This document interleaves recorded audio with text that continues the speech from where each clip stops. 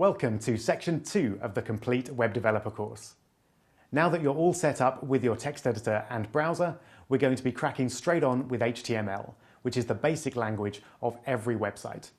I'll show you the structure of a basic HTML page, and we'll look at some of the key elements that make up a website, such as headers, paragraphs, text, forms, tables, and a lot more.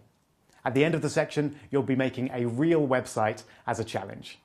And also at the end of every video, you'll find the code that you need and a coding challenge as well, which gives you an opportunity to practice what you've learned in that video and get instant feedback from our coding exercises system. At the same time, I'd encourage you to download a copy of my book, How to Earn $10,000 While Learning to Code, which comes with the course, and just start reading the opening chapters and start thinking about how you're going to put the skills that you're learning into action.